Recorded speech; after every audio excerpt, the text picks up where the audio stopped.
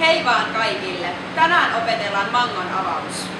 Se kivi on noin sentin paksuinen, eli laitetaan veitsi tähän puoleen väliin ja noin puoli senttiä siitä ja sitten leikataan.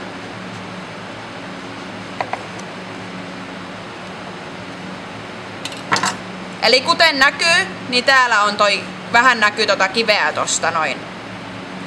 Ja toinen puoli samalla tavalla.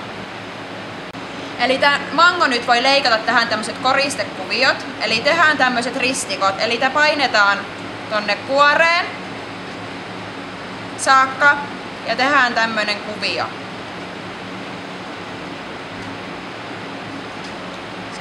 Jotta me pystytään käyttämään tätä koko hedelmä, niin tästä nyt leikataan tämä näin, että tää on noin sentti alaspäin ja sitten leikataan. Eli tästä näin ja lopuksi kuori pois. Eli nämä mangot on nyt valmiita nautittavaksi. Ja tällä hetkellä satokausi on parhaimmillaan, eli ei muuta kuin ostamaan syöntikypsiä pirkkamangoja.